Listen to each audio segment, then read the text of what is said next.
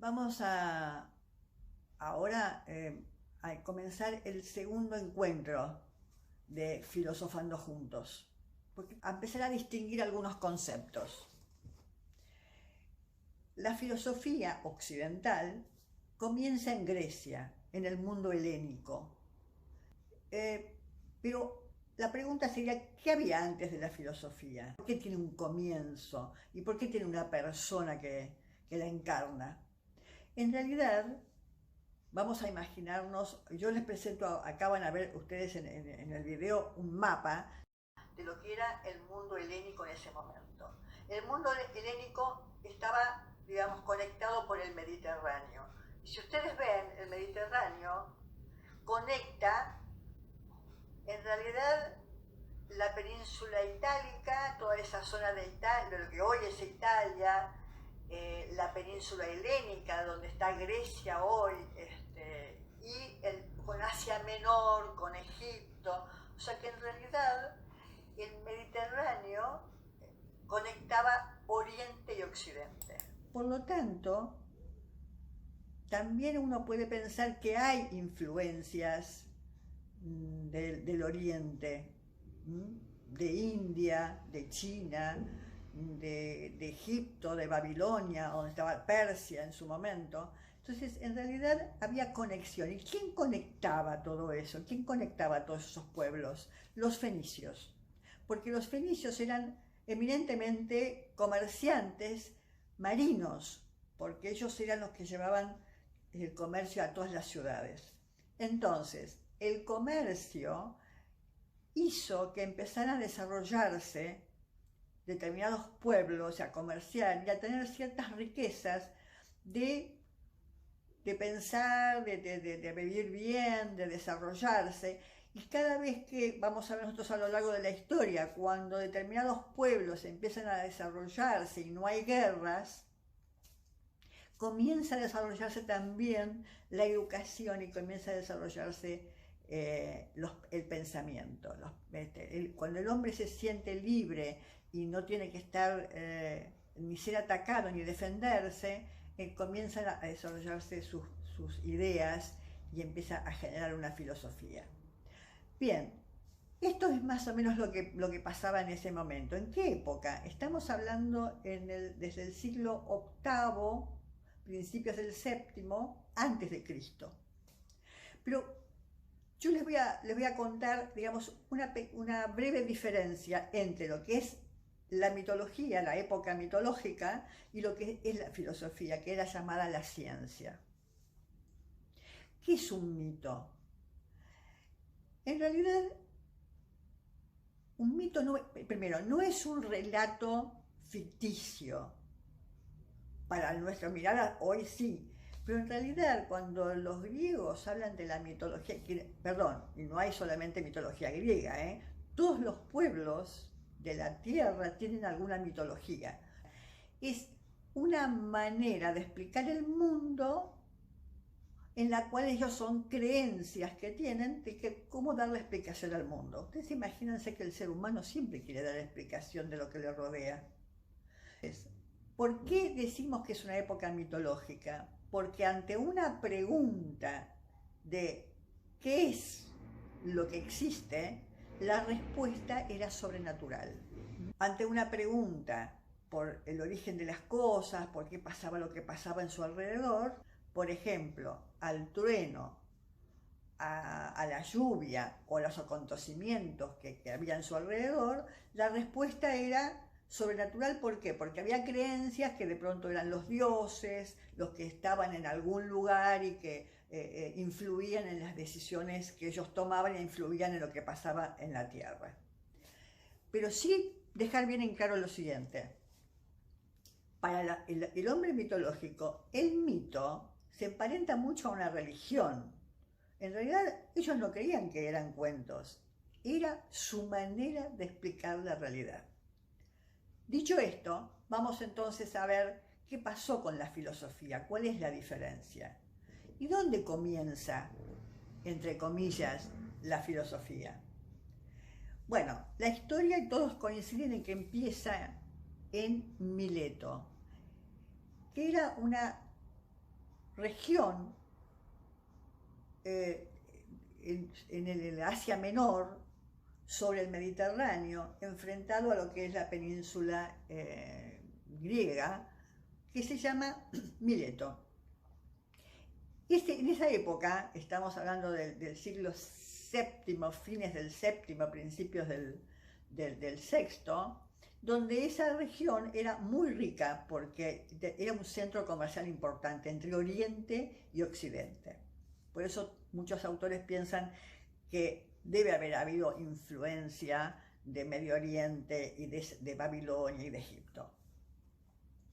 Entonces aparece ahí un personaje tomado como el primer filósofo de la historia, que se llama Tales de Mileto. En realidad era un grupo, Tales de Mileto estaba junto con Anaximandro y Anaxímenes. ¿Qué es lo que dice Tales? Empieza a preguntarse cuál era el origen primordial, digamos, de todo lo que él veía, ¿no? ¿Qué veía él? Decía, pero ¿cuál es el origen común, el origen de todo lo que existe? Entre una piedra, un hombre, un árbol, ¿cuál es el origen?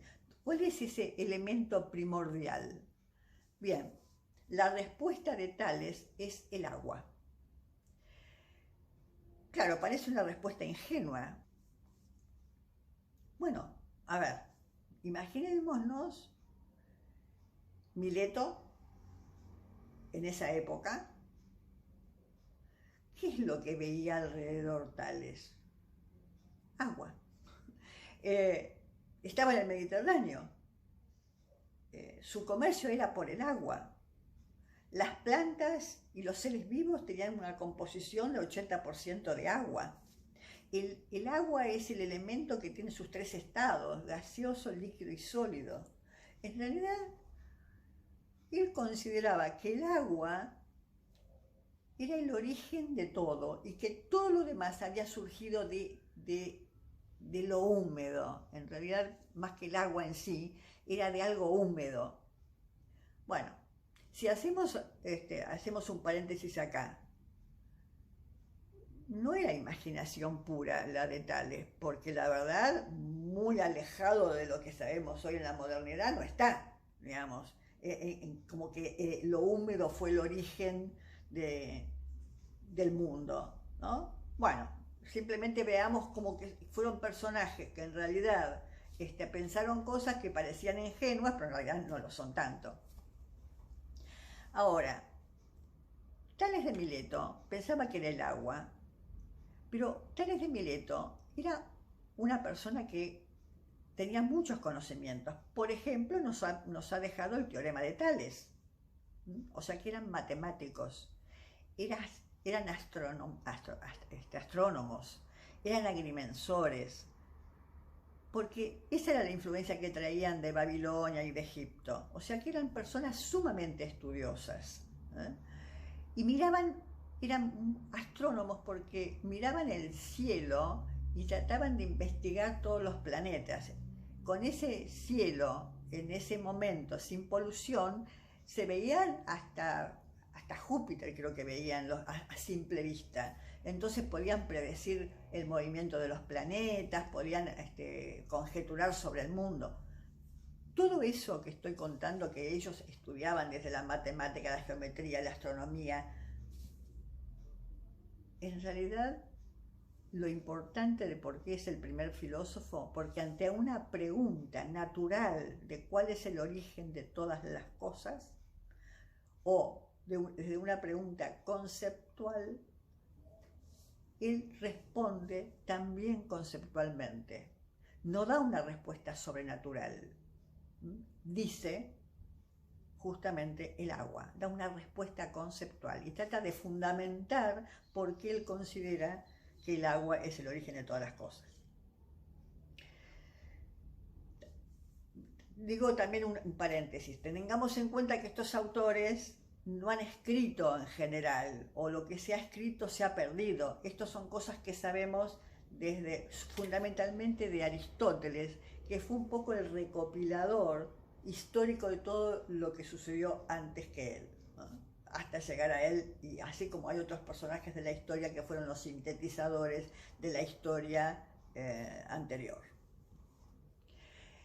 Ahora, junto con Tales, también estaba Anaximandro, Anaxímenes, que ellos daban otra explicación. Por ejemplo, Anaximandro decía que era lo indefinido, el apeiron. Los griegos tienen mucha riqueza en las palabras, ¿no? Entonces, lo indefinido era algo que no le podía poner un nombre, así como se lo puso Tales. Anaxímenes decía que era el aire. ¿Por qué decía que era el aire? Bueno, porque en realidad el aire es el aliento, nosotros sin aire no podemos vivir, era como el hálito, ¿no? Es decir, el aire era fundamental para que el ser vivo pudiera sobrevivir. Por lo tanto, esas respuestas que ellos daban eran el resultado de mucha reflexión, y de buscar, y además que fuera coherente lo que ellos decían. Y realmente era coherente con lo que ellos estaban viviendo. Una ciudad que se desarrollaba, que crecía, que tenía comercio, que políticamente había una diversidad de culturas donde se concentraba todo eso. Y además, imagínense, sin polución. Entonces, imagínense estar viviendo en esa época y mirando ese entorno hermoso, con vegetación, con agua, un cielo brillante. Bien, en ese contexto es donde vivieron Tales, Anaximandro y Anaxímenes. Ahora, primero filósofos, y después vamos a ver la próxima vez vamos a ver a Pitágoras, vamos a ver a Parménides y a Heráclito. No sé si a los tres juntos, porque tienen mucho para decir los otros, pero recuerdan que yo les dije que Sócrates era un poco el eje entre un antes y un después. A todos estos filósofos, desde Tales en adelante, se los llama cosmológicos. Ellos explicaban, era considerado como una cosmogonía en realidad, porque justamente la respuesta que daban no era estrictamente filosófica, pero sí era conceptual. Era una respuesta no natural, y le daban una respuesta de la naturaleza, del mundo exterior. Por eso decíamos en el video anterior que Sócrates era el eje de un antes y un después, porque con él comienza la época antropológica. Bien, por hoy me parece que es suficiente con esto que estamos diciendo sobre Tales y los Miletos, como síntesis, decir que fueron los primeros porque hay una distinción entre la mitología y lo que es llamada filosofía, en el sentido de que hay una respuesta conceptual a una pregunta por el origen, hay una respuesta también natural. Así que muy bien, nos vemos la próxima.